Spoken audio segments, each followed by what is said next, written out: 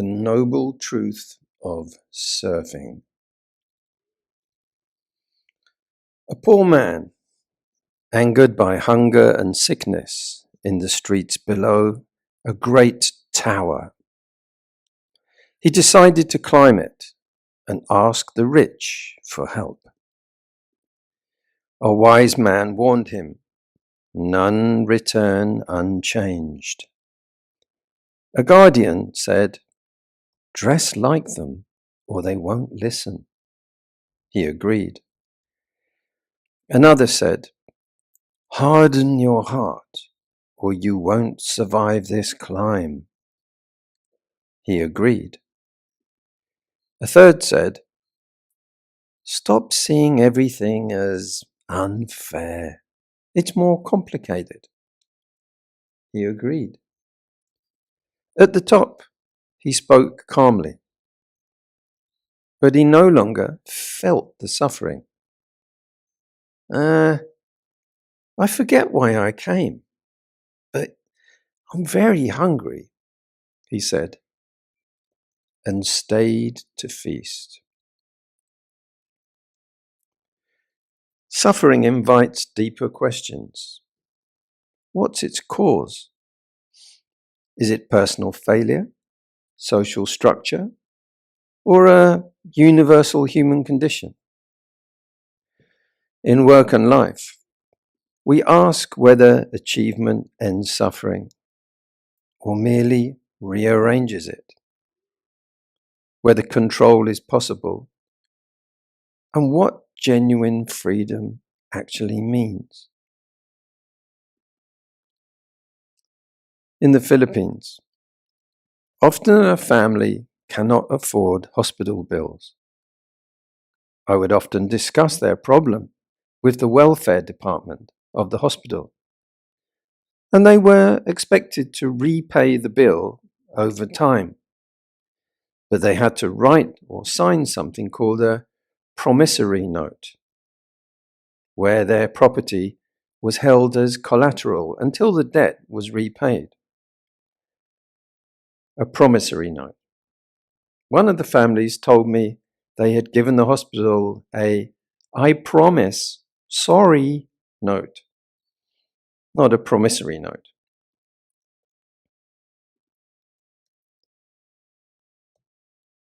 Suffering is an inevitable part of the human condition, often acting as a catalyst for growth, compassion, and resilience. It is frequently distinguished from physical pain by the mental resistance or clinging and attachment that causes deeper, optional distress.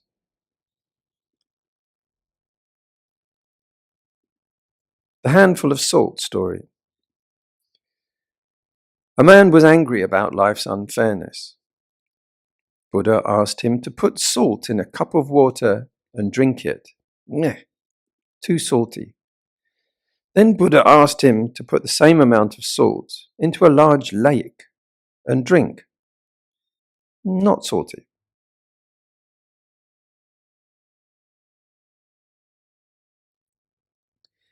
The lesson: expand your mind, the lake, so life's troubles, the salt, don't overpower you. Siddhartha, before becoming Buddha, saw an old man, a sick man, and a dead body, realizing that suffering, salt, is inevitable for everyone, which drove him to seek liberation of expanding his mind.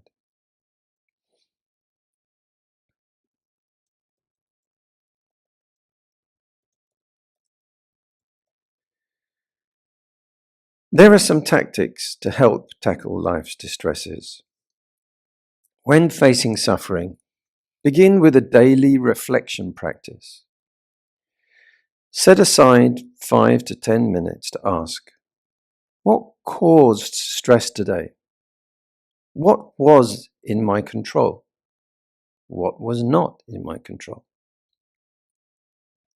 Next, Break overwhelming problems into small, intentional steps. Focus on one clear action rather than the whole burden. Finally, use mindful breathing throughout the day. Slow, steady breaths anchor the body, calm reactivity, and create space between pain and response, allowing wiser choices to emerge gradually. Even suffering, notice small supports, breath, kindness, shelter, learning, steady work. Gratitude steadies the heart without denying pain, reminding that goodness coexists alongside difficulty. Pause, observe suffering directly. Notice thoughts, tension, reactions, urges to escape. Awareness softens struggle, creates space for wiser, kinder response. Many people find it all too dark and depressing. So I've been considering reinstating the Bikini Order of Nuns. They teach the noble truths of surfing, the cause of surfing, cessation of surfing, and the path to the beach. Once a farmer's donkey fell into a deep well. The farmer tried to rescue him, but the donkey was too heavy and the well too deep. Deciding the donkey was old and the well needed filling anyway, he asked neighbors to shovel dirt into it. The donkey brayed in despair, then grew quiet. With each shovel of dirt thrown down, he shook it off and stepped up. Load after load fell. Step by step he rose, until at last he climbed out and trotted away. Suffering can be reimagined as raw material. Instead of resisting it, I ask what is shaping, revealing, or inviting me to create differently. Suffering becomes a doorway on the spiritual path. It exposes attachment, humbles ambition, and redirects purpose toward compassion, service, and deeper inner freedom. To make it all more positive, here are some freshly revised precepts. 1. I undertake the precept to refrain from killing conversation, like asking if you are a vegetarian. 2. I undertake the precept to refrain from stealing the limelight and the attention. 3. I undertake the precept to not abuse sensual pleasure, like putting chili sauce, anchovies, and also candies, such as Turkish delight in talcum powder, out.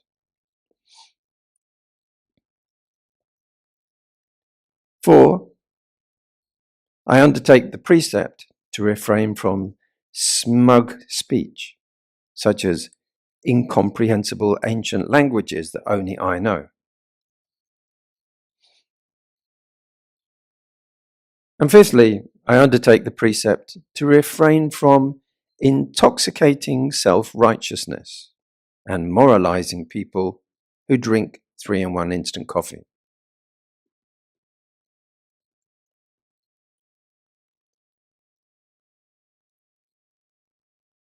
The mechanism of avoidable suffering is that we ourselves drive it with interpretation and feed it with attention and unmindfulness. These sufferings are unnecessary. Changes in mind can deeply affect our own experience, even of very challenging and so-called negative events. A wealthy father's son left home and wandered for years in poverty, convinced he was worthless. The father searched tirelessly and eventually found him begging in a distant city, not knowing the palace nearby belonged to his own father. When guards approached, the frightened son fled. So the father sent servants dressed plainly to offer him humble work cleaning latrines, toilets. Feeling the job suited his low self-worth, the son accepted. The father, disguised, worked beside him and gradually encouraged and promoted him. On his deathbed, he revealed the truth and left him the entire estate. When suffering arises, pause and name it gently. This is pain. Notice where it sits in the body.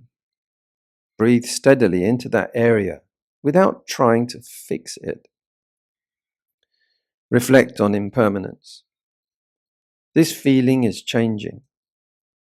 Ask, what is being clung to right now? Loosen the grip slightly. Practice compassion by remembering others experience similar struggles. Take one wholesome action, a kind word, a helpful task, a moment of generosity. Return daily to ethical living, meditation, and wise reflection to steadily reduce the root of suffering.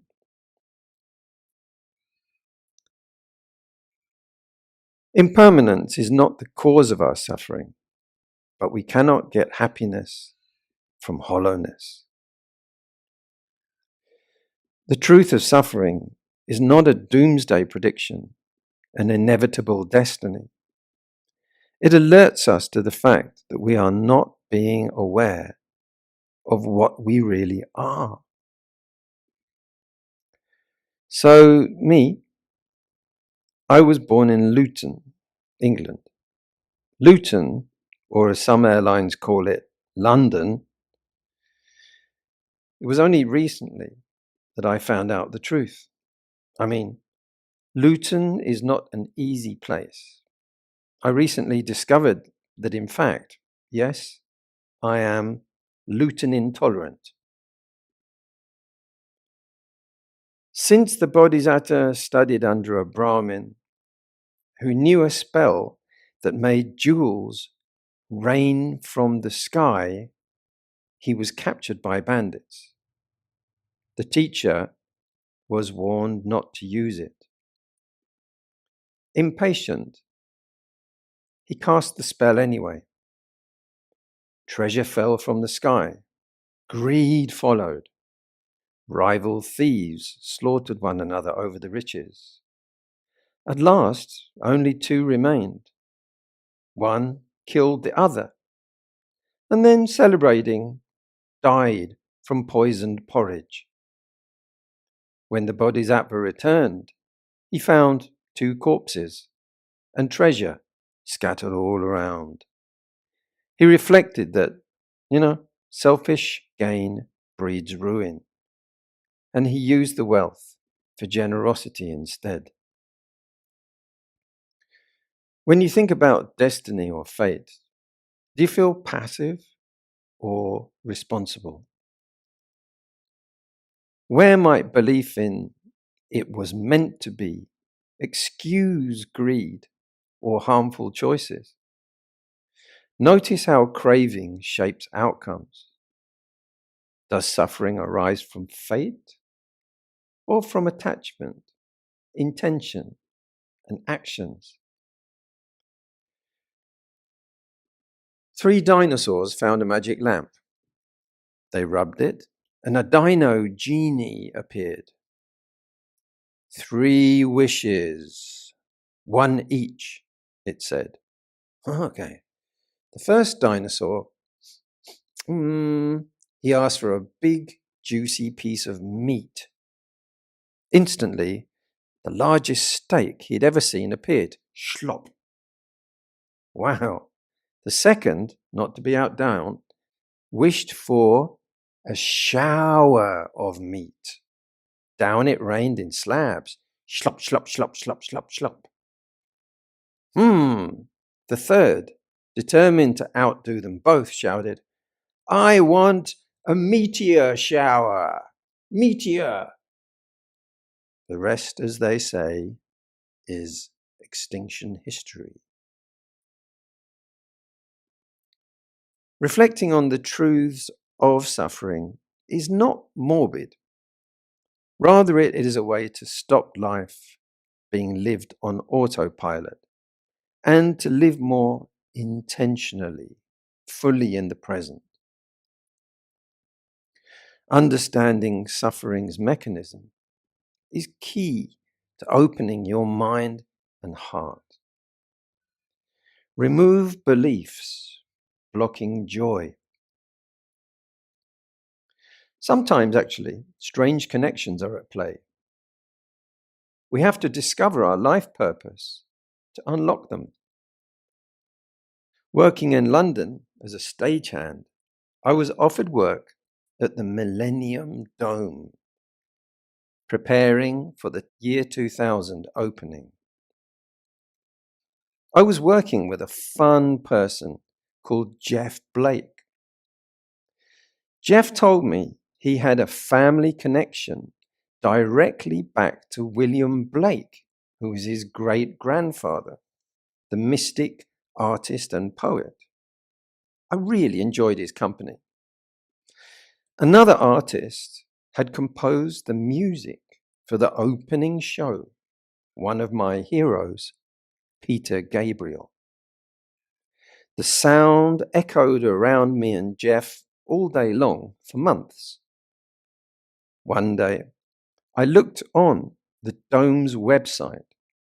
It said Peter Gabriel had written the music inspired by 2 things. One, the DNA chromosome links of families and generations through eras. 2, the poetry and work of William Blake.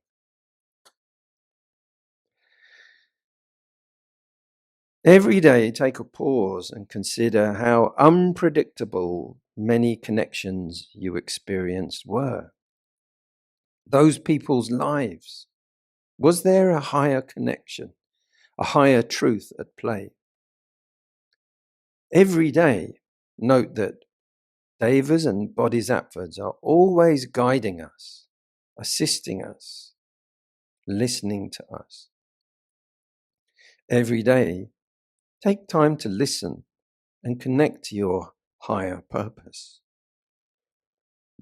Every day, practice letting go. Letting go of too much fear-based reasoning, not enough divine intuition. Every day, respect the triple gem, Buddha, Dharma, and Sangha, teachers and parents. Reflect like in Dhammapada, verse 197, that indeed we live very happily, not hating anyone, among those who hate. Among men who hate, we live without hating anyone. Not striving for sensual pleasures, among those who strive for them. We live without striving.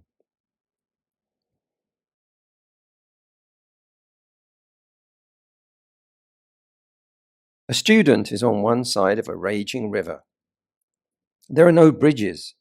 He has no boat. He shouts out to the master on the opposite bank, "Master, how do I get to the other side?"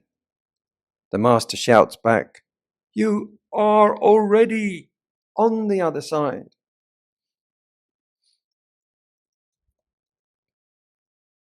I once was lost in blazing sun among tall, thorny bushes in Sri Lanka. There was one tall, dead tree, and I hoped for a view from it. Winding closer, a small animal rushed off. I thought it was a pig. I kept going. Then a large elephant, alarmed, crashed away into the bushes. I reached the tree. Flattened dry grass circled it, a baby elephant's resting place.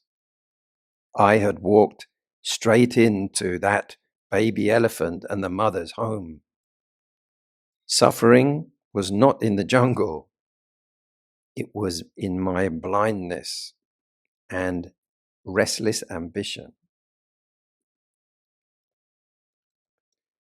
Where does suffering truly arise?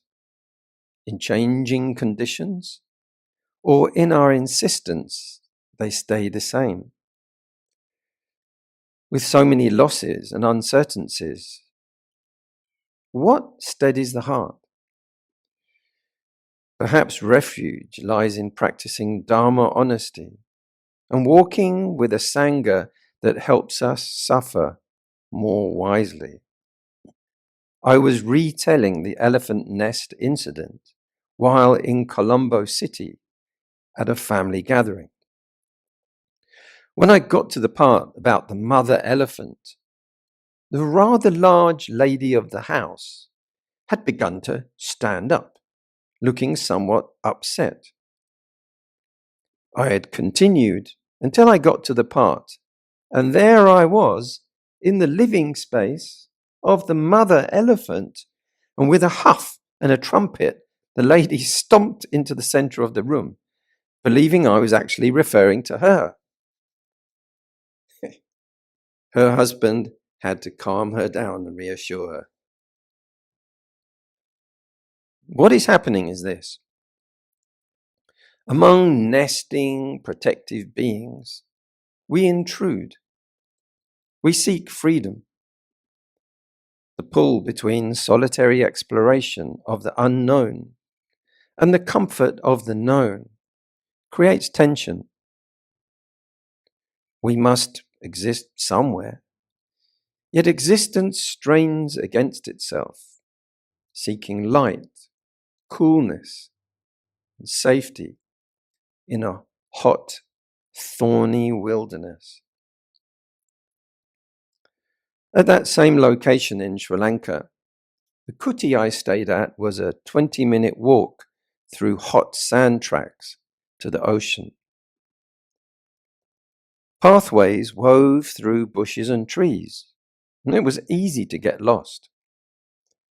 To help, I took yellow electrical tape and put markers on key branches there and back.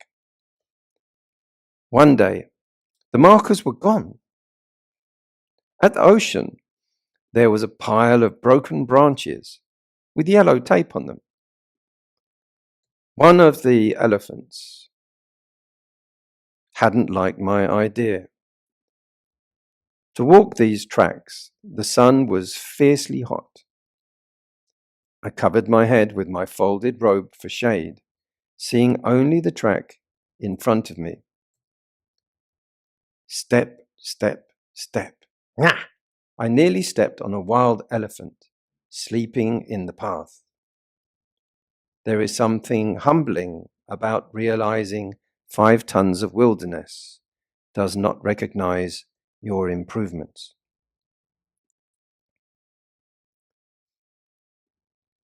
Try to pause daily for 5 quiet minutes. Notice where you are marking paths adding tape to branches, expecting the wilderness to cooperate. Walk gently. Look ahead, but not so far you forget the ground beneath you. Take 3 slow breaths before acting. Ask, is this needed or am I forcing change? When it's confusing, don't redesign the forest. Take 1 careful step on the track in front of you. Respect the tuskers and the elders. Others have walked here for generations. Suffering grows in haste and assumption.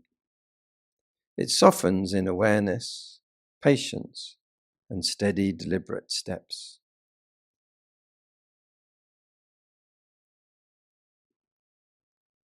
How often do we wander like the lost son, convinced we are small, unaware of what already surrounds us? How often do we mark our paths, assuming the ground is empty and ours to claim? Perhaps suffering begins in not seeing where we truly stand. As a teenager, I sneaked into tunnels beneath the school. Deep below was a room with a naughty smoking table and an old black and white photo on it. The tradition of boys was to sign the back. I looked closer at the photo. 1957, a school play. There in the back row of the photo. It was my dad.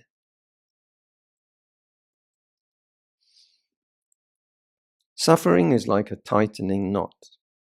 We can pull harder and make it worse. We can ignore it and let it happen. Or we can loosen it slowly, strand by strand. Suffering is like a fire. We can feed it, we can fear it, or we can understand what gives it fuel. Suffering is like carrying a heavy bowl of water.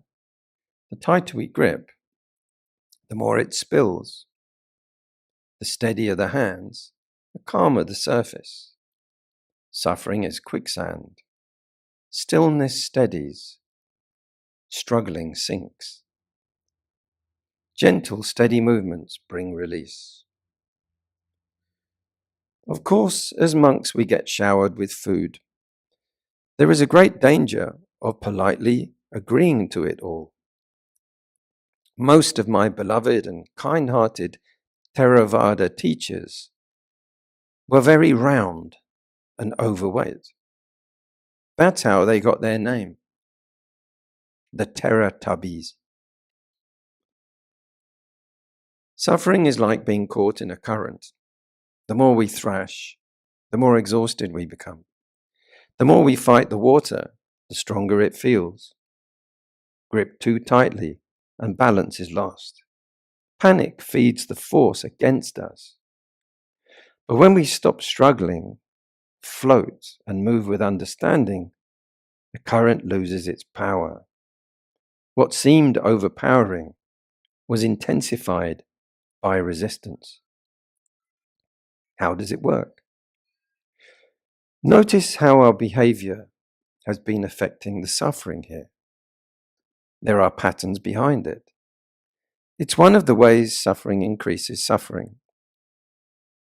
Then it maintains itself by bringing up fueling thoughts and ideas to support it.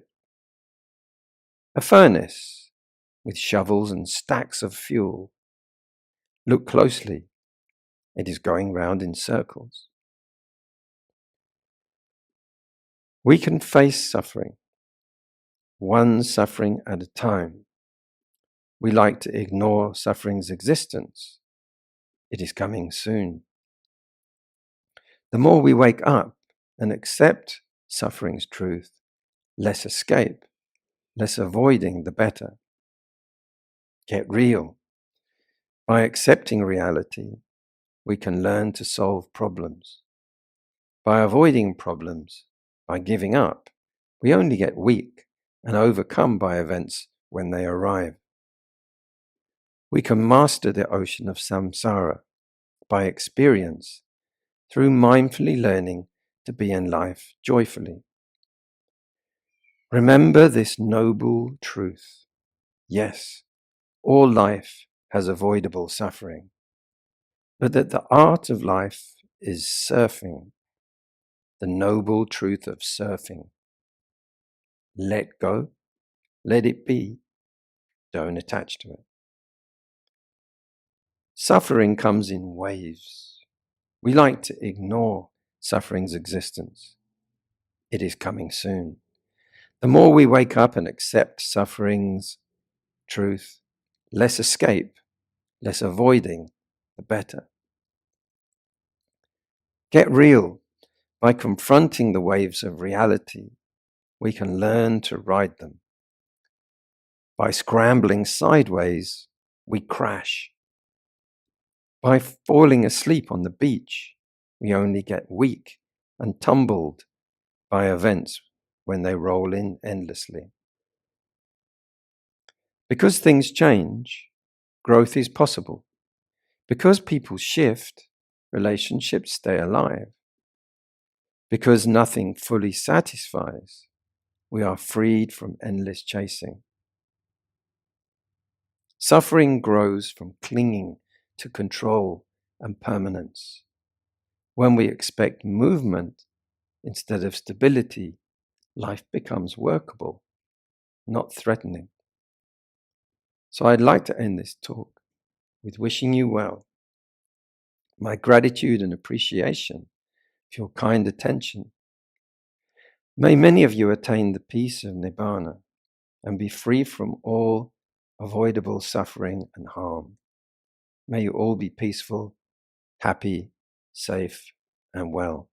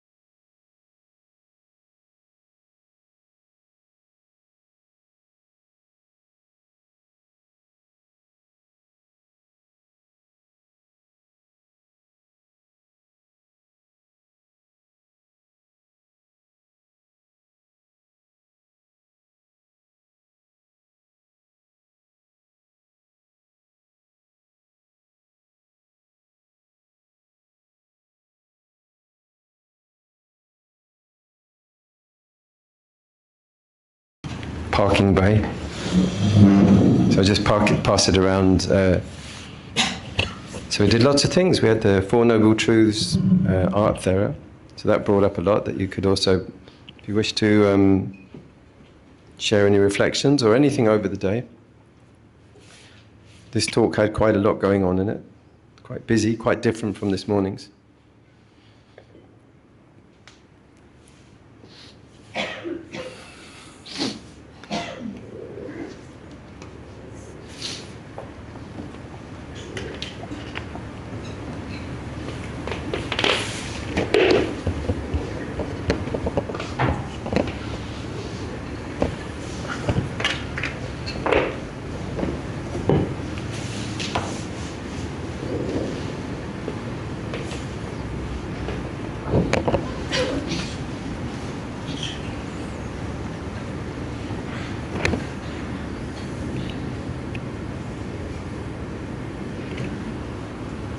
Please, please.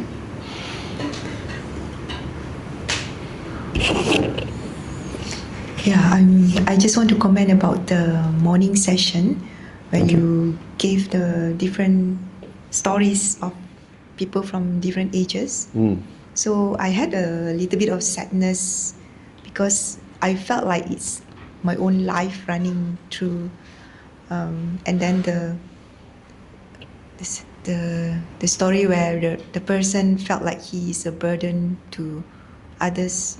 So I reflect back my dad who was like totally dependent on others. So it's like it's my life going on in a movie. But I felt like it would be good if Bante can relate it to Dhamma. Like for the first story, what are the Buddha's teaching or insights that we can, for each of the story, that would be more impactful. Yeah, it is in there. It's just very subtle, and it's not put rubber stamped with this is the such and such. Usually, most of those were, if you review it, there's a small change in perception that they do that relieves them of that suffering that's suggested. But it's just a small change in each of the cases. It's a suggestion. In that case, like the boy or the young man at 24, it's just that switch to not compare. That was the mana part of it, was not to, once you say that I'm worth this and they're going that fast, already you're creating suffering.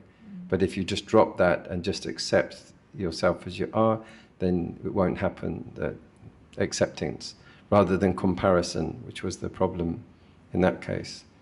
And with the one that you're talking about, the worrying about being a burden, the lesson that came through was that he had made this equation with independence being dignity, that all of his life had been all about independence and self-supporting, and now he had to have other people taking care of himself, that if he looked at it like that and kept the same equation, he felt embarrassed. Whereas the switch that he made in perception was to see that actually everyone's like this and we're all interconnected, and it doesn't have to mean that just because someone's helping me doesn't mean it's a bad thing, that we have this in common, that all people have this. And once he made that switch, the suffering reduced, and he didn't have to have that thing, that perception, I'm a burden.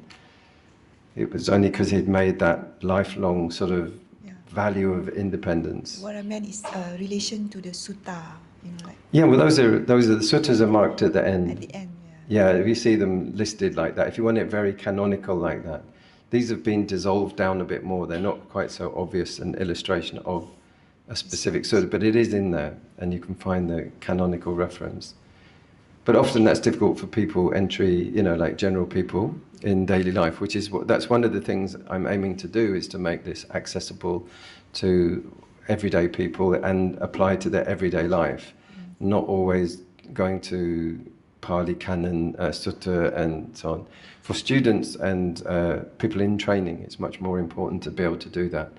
But it's also important to not have to do that, that you can just say things and it's buried, it's a bit more buried inside it.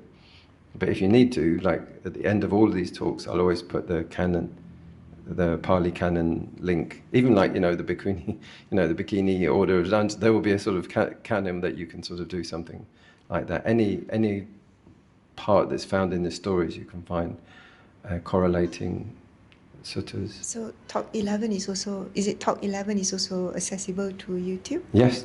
Talk 11, right? Yeah, all of the ones now, not Talk 20, but as soon as I've once given the talk in public, I will make it public. So you just need the link. And you can either find those on my Facebook page or via whoever's the coordinating group person. I'll share the links, certainly for these ones. But once you've found one of them, you can just access my channel and you can see all of them, including the ones before, like 10, 9, and 8. Those all have the kind of illustrations and so on. Thank you. It's good. It is a very important point, though, to be able to. Sometimes it's not because it's not clearly obvious what the sutta or the teaching is. That's why I put them in the in the end. Yeah, no. Somebody pointed this out in Penang, so I made a point of putting them in the underneath every YouTube. You get a description box that you can pop, under the Seymour, and it'll drop down, and then it's they're all in there. So you can slow it down. And then what is your YouTube channel name? Yeah, let me show you it, and it'll be a bit easier. And you might be able to backtrack some of these things a bit more then.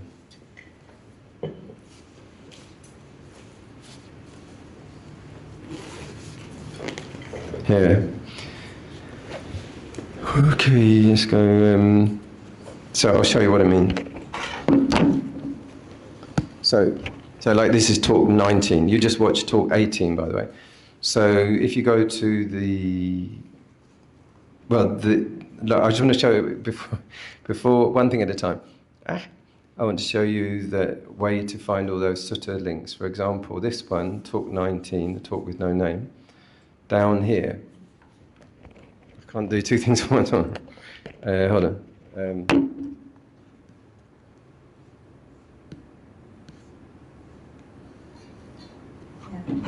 So there's all kinds of things in there, like stories, and each one will have a sutta that you can look up that links to it. But sometimes those suttas are dense, and they're repeating everything 3 times, and it's kind of hard to read.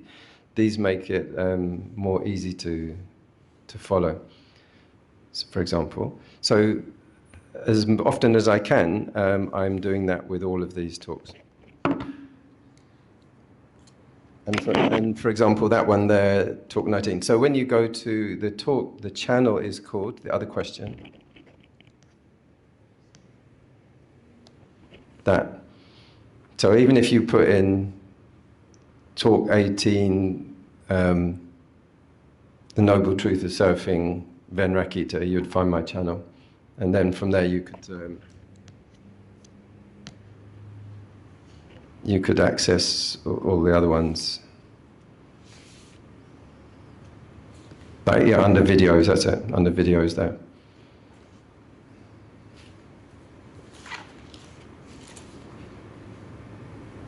Okay, so that's kind of how you could do some follow-up watching. And then you can also always message me on Instagram or on Messenger if you have questions or want anything sort of clarified as well. And usually what I'll do, today's been an enormously busy, and we've had quite a lot of complications with the technology. So normally what I'll do is I'll give the talk, film myself giving the talk, and this one is a live one. So it has the me live plus the original. I'll also, you have the original, which is just what you just saw. And then you have the original plus me live, and then the guided meditation, and then the Q&A. That's generally what I've been doing. But today's was juggling everything. We had all sorts of different complications, so it's not always that possible. Particularly when it's a long workshop day, there's things. But usually also the therapy part of it, I usually don't film. That makes people self-conscious, and often they're sharing very sensitive things. So I don't usually do that. Only for the talks and the Q&A part of it. That's a sort of rough guide to how things are. And like I say, these were 10. There were 10 talks that I gave, 3 of which were illustrated, that I did in Penang. And that's when I realized, I think I'm going to do this. I'm going to bring back my old illustration skills and really do it, put a lot of work in. So I went to Perth and I made 10 more, which took about 2.5 months of solid work making them. 1 month of writing the script that you heard, and then 1.5 months of doing the artwork, and then editing it and all making it. So I wanted to see how it was received as well. People might have hated it and gone, boo, it's terrible, monks shouldn't be saying those things, or that, But it wasn't. It's actually generally being very positively received, which was what I hoped. And yeah, I could tell you more, more about that as well. How they were designed and everything, how it was done about. But generally speaking, the pattern behind it is, I'll just finish that, is they basically are made on a pattern of, so there's a theme, so like suffering in that case, or in this one it's non-self. And then I generally have a pattern of one story, one reflection, one humor, and then an insight. And then story,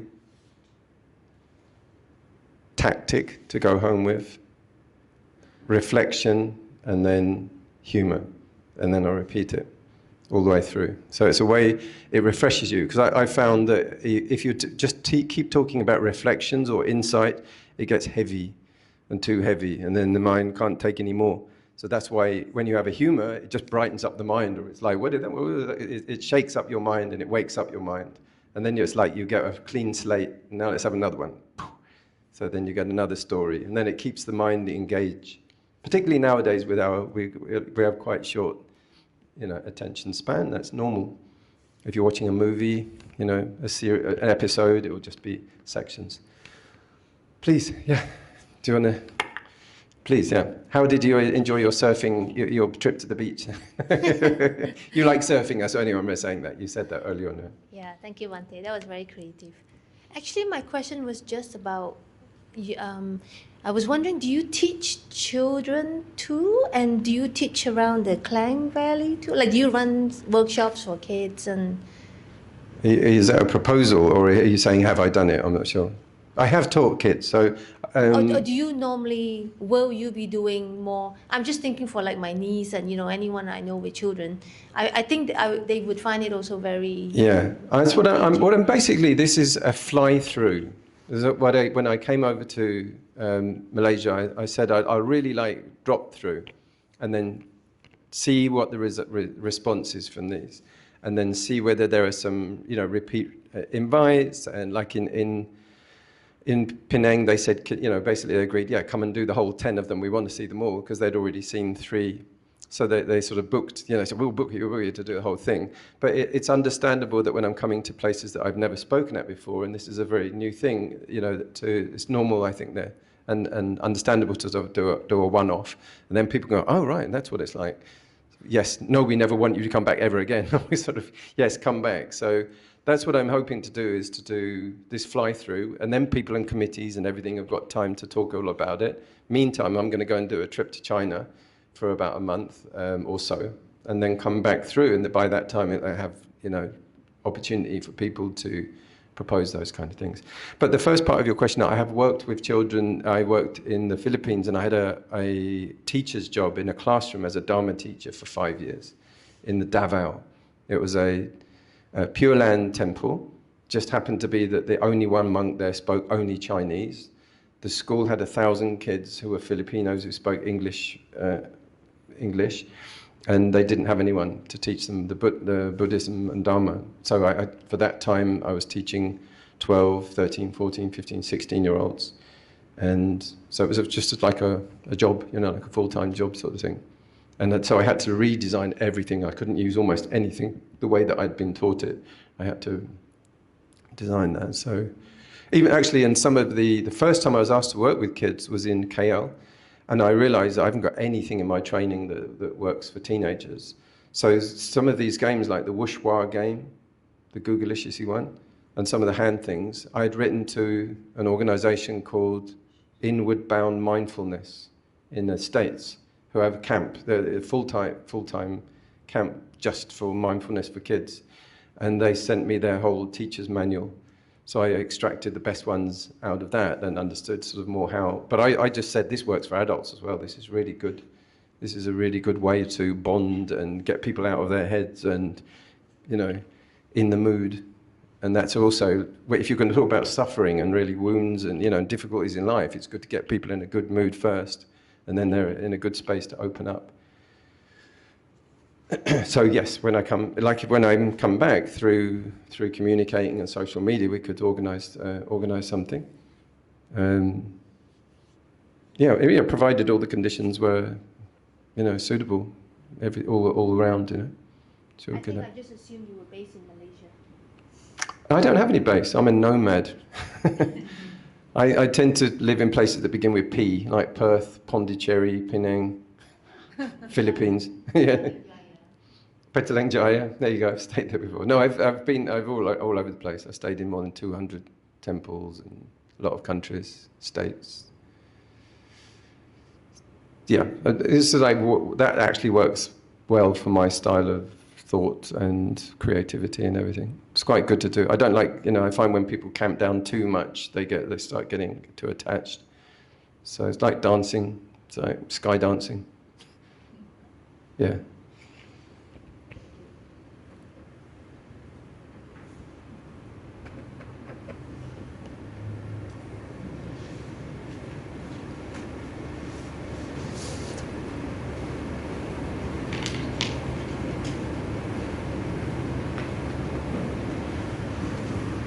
I think so. Bobby, are you the contact person that people could?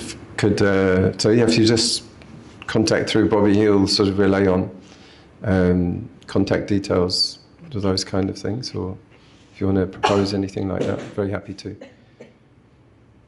This time there's 4 in Kuala Lumpur. So next, like tomorrow, I'll transfer to Mahavihara Brickfields, which is where I was ordained. So there will be a talk there, and then there's Satya Alam, and also Puchong, Kinrara Metta Buddhist Society.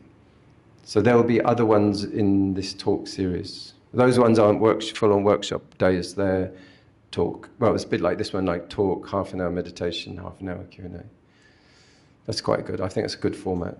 Just that, and then dana, lunch, sort of thing usually. And then one in Malacca before I go off to Vietnam and then China to visit.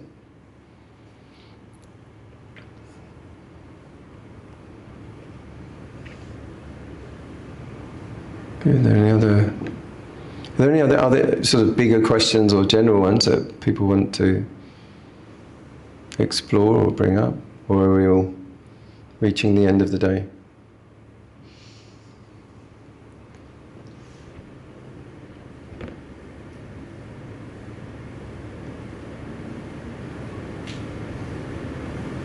Yeah, please, any questions from Ken?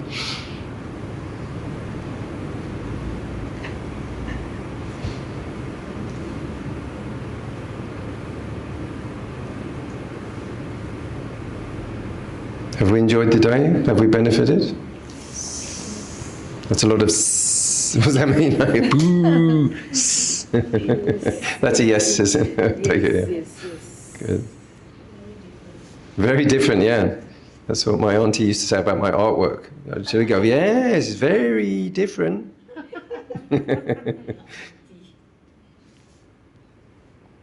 I hope so. It takes a bit of courage to do that, but it's only also where I felt dissatisfied by some of the things, and I thought, this is another way to do this, and it's taken a long while to figure that out, and see whether it's really true, that it will work. And so it's taken a lot from a lot of different places, a lot of different things. A bit of Ajahn Brahm, and a lot of the Burmese, and a lot of the Thai forest, and a lot of things to sort of sort it out, and then from other places as well. Good fusion. Confusion. No, good fusion. A good fusion, yeah, it's a hybrid. It's a hybrid mix. Yeah, good fusion, like fusion food. Something like that, yeah.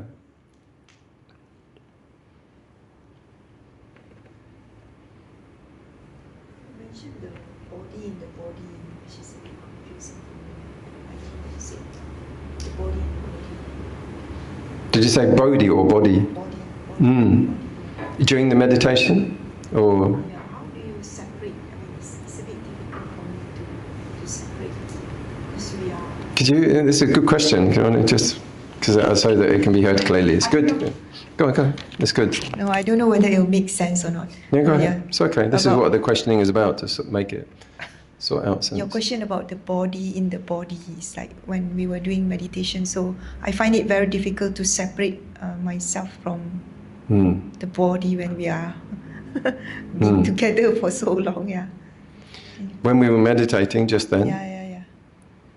there is a phrase that, I don't think I used that exact phrase, but there is a phrase like that in the suttas, in the translation, the body in the body, which I don't really like that thing. There's awareness of it in the body. There's sweeping the body, I was talking about, like rising and falling and then sweeping through the body. This idea of, let's go into that a little bit. So you're talking about it's difficult to separate self and body, you said, like that. Yeah. Can you tell me a little bit more? Just give me a little bit more to go on, and that I'll be able to. So like detachment, like how do we be detached from the body when we always think that there is an I? Yeah. Well, one thing you can try that helps is so firstly is noting. So as you experience the body, physical, you'll experience hardness, you'll experience softness, you'll experience temperature, you'll experience coolness and warmth, you'll experience sponginess. So all those are coming and going all the time, all throughout the body. Even your feet on the floor, and you can have hardness, and then you can have softness, and you can have coolness, and other areas warmth, another area is like you can feel the hardness of the bone pressing. Sponginess, there's one. You can't really feel movement there unless you're moving around. So when you experience those lumps, you can just put awareness of before them. Awareness of hardness, awareness of sponginess. So it doesn't have to be someone being aware of, it's just that there's awareness of. And the other thing is there's not a body, there's just this flickering bits and pieces. And that's fine, that's actually what there really is. But we tend to think of it as a one thing, and it's not. It's just lots and lots of bits and pieces coming and going.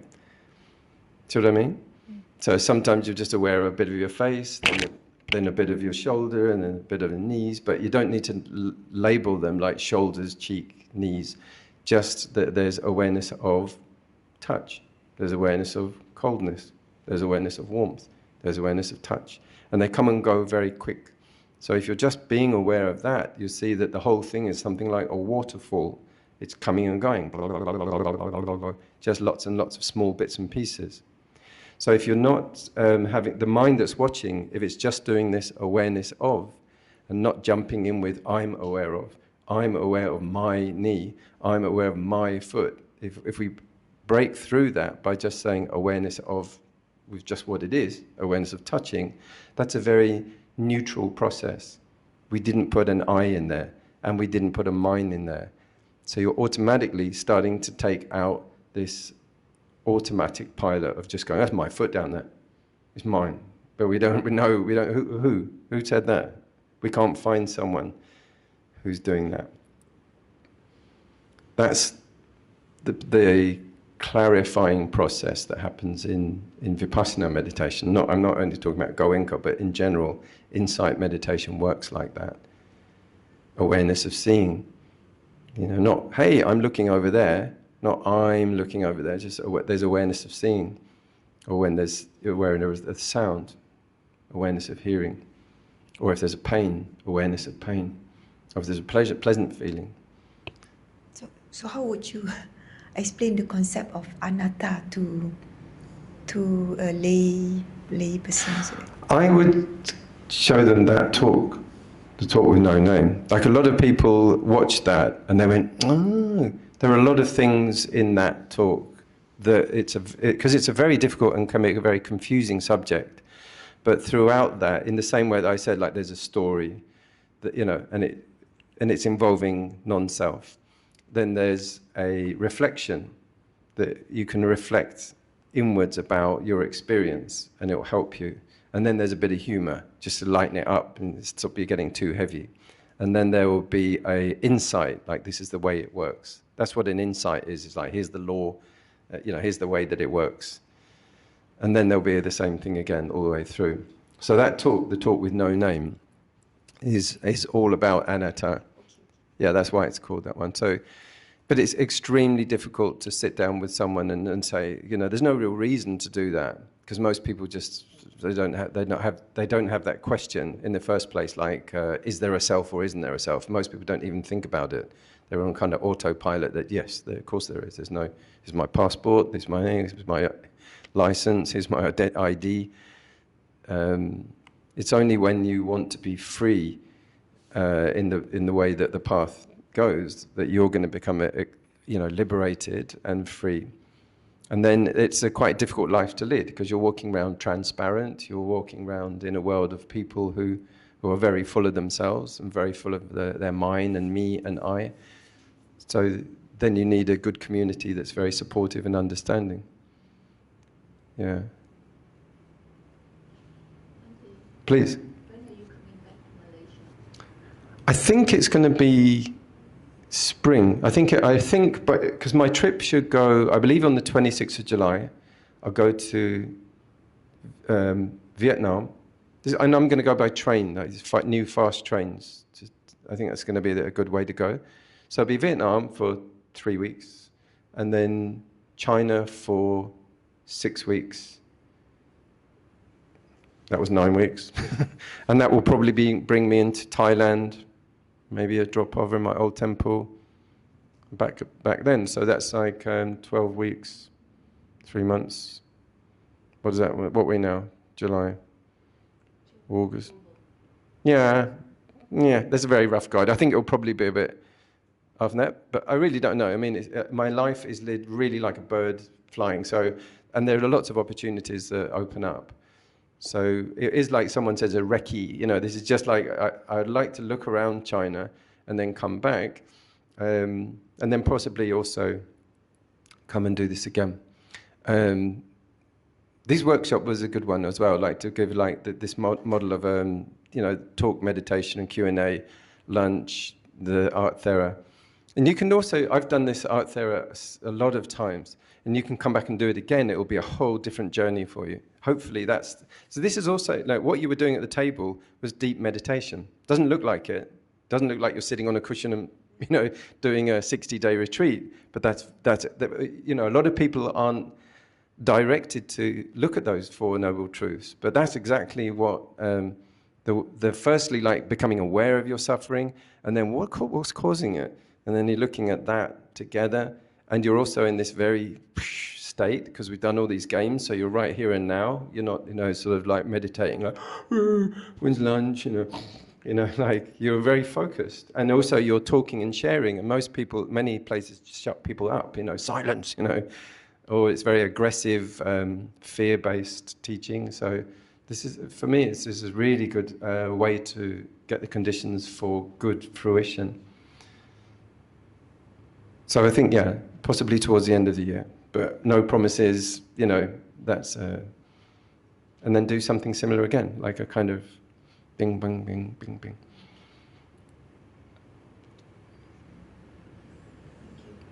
Not at all, pleasure, thank you for asking. Yeah. And also, just what a wonderful, setup this is. It's really, really very, very, very conducive. So from my side as a facilitator, it's really, really perfect. These are really good conditions, really helpful. Thank you. Hi, Bhante. Hi there. This is just to say thank you. We really enjoyed the session today, especially at the beginning there was the storytelling, and the settings were very local and very relevant, and beautiful images of like kopitiam and local settings. So it really, and the storytelling, your storytelling was so rich, so it allowed us to enter the story, and then we saw that the changes in each story, it's very small changes that they can make in their own, instead of making big changes, like going for a big thing, but it's small changes on your own. So I think that was a very nice start of the day and of today. And then subsequently, I noticed that the sessions are also very short, like throughout the day, where we have storytelling, and then we have short Q&A or short meditation, and then break, and then short activities. So I think it's also nice that we came together as a family. So with my 2 teenagers, so it's a nice session for them. So being this short bursts of activities. So I feel very blessed that we made this decision to come together today. And this is their first time coming for a retreat / workshop also. Yeah, that's really helpful. And someone else was saying, well, that's a really beautiful thing to see, because this is very easy to digest. Don't think you're going to go everywhere and see this kind of stuff and do these kind of things. You'll get very disappointed.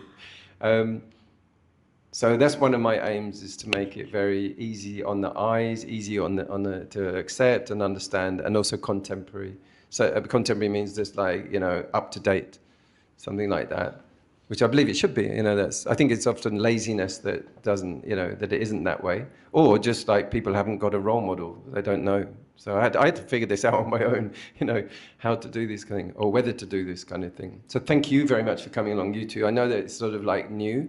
There are other things that you'd rather be doing in many ways, but your mum's really got your heart and your good welfare, I know that you were sort of like dying to get on with that awful maths homework that you've got to do there, all the logarithms and roots stuff. God, I really wish you didn't have to do that. I really do. That's a bit of a crime in my eyes. I think you should be learning this kind of thing. I wish you could be. But thank you very much for coming along with your mum, and thank you very much for bringing your family. And I wish you'd, encourage your friends to come along to the next ones. I'm sure that would.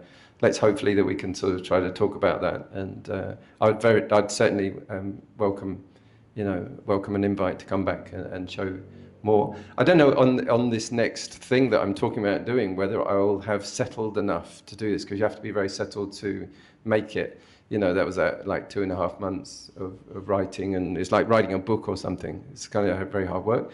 But like I said, so you've seen 2 talks out of, there are technically 20, but 13 of them have got this illustrated effect. So there's plenty more that you could look at. And by the way, enjoy them on YouTube anyway. You don't have to have me here live, but it's like if you buy a CD of a musician or something, you can go and see them live as well. So I think it's a bit like that, so I suppose. Yeah, I think it's something like that. But yeah, please watch them on YouTube, and please leave a comment and all that stuff, that sort of thing. Yeah, please do. That's great. Yeah. So, and this is like coming out of COVID. Suddenly, we're meeting real people. Thank you, Bobby, and thank you, Bobby, for all your support. He's been fantastic. We're both self-taught sort of technicians. We found out, so we're all sort of like trying to work out how to do the best with all of this complex equipment, and so that's what enables us to have YouTubes to share when it all works, that we are not only able to sort of do the things, but we're able to capture it and everything, and project it with these brilliant, that's a fantastic projector. I've got a little one that's not quite so bright and everything, so yeah. Yeah, Bante, a question. Please. About technology and AI. Now, we both use a lot of technology, but to a lot of young people, and AI is a threat to their jobs. Is a trap or a tract? Threat. A threat? Yeah, replaces some jobs. To young people? Yeah, working people. And also to the seniors, AI could be used to scam their savings as well, because it's hard to differentiate between real and AI generated images or videos. So any advice to on these issues? Can you repeat the issues so one was the threat to young people for their jobs, right? Yep. That's been always the case. I don't think this is a new threat. When printing happened, all the monks who were writing out by hand were like, oh no, the printing press, that's going to replace it. And it replaced them. So you have to be aware that we are always replaceable and not be attached. When I was an illustrator, I drew with a pen, and hey, I was really smug. I'm the guy who can do this. Now, like, any one of you could go one button and then it's there. So, you know, that used to be a special thing. Cameras. When cameras came in and photography came in, the artists who were painting were like, what are we going to do? You know, and they were suddenly in a crisis, whereas they were the ones who could paint natural objects as natural objects, and that was a magic skill. It was like a really unique, difficult thing to do, to be able to paint clothing so it looked like clothing. And rich people would pay a fortune to have oil paintings painted, and it was a really treasured skill. Now you can do it with one click.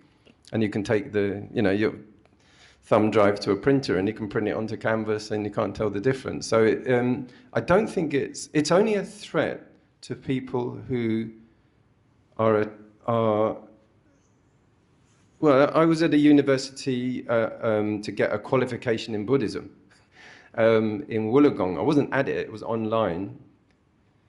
But as soon as AI really started to become more, aware of it, all of those faculty teachers reacted with paranoia. And they all said, basically, shut down, shut down, shut down, stop, stop, stop. And I was having a laugh. I was having a great time. I really embraced it. I didn't see it as a threat. I only wanted to explore it. I said, like, show me, can you write poetry? Can you write jokes? Can you do quotes? And I was really wanted to see how far it could go into the realm of what humans can do. I really wanted to know. They didn't want to know. They only felt threatened about their jobs because they were threatened, and they should be, because AI is faster. Its memory is much more powerful. So if they had an arrogance about their memory, so they were going to get replaced. So we have to be humbled by AI. And we also have to see that when you take away many of the things like logarithms or root cosines, all of that stuff that I learned in school, tangents, look it up in the logbooks, it's 3.1199704, yes, we'll copy it off the board. It was all made obsolete by the calculator. So they should have been aware that that was all going to be useless for us, that it was wasting their time and our time. That we should, and if they'd admitted that, we would have freed up all this other time that we could have then explored and been made much more use of our time. But often they don't. People are afraid, like when people in England all drove cars. I never learned to drive until I was 46. And there would be a dinner party when they discovered this. What? Whoa. And they would have a big, long discussion showing off their knowledge of all the A1M at the Wattenford Junction. They've got this knowledge. But I just bought, they were called a TomTom, like a sat-nav. I just had one of those. I didn't even have a car. The company I worked for let me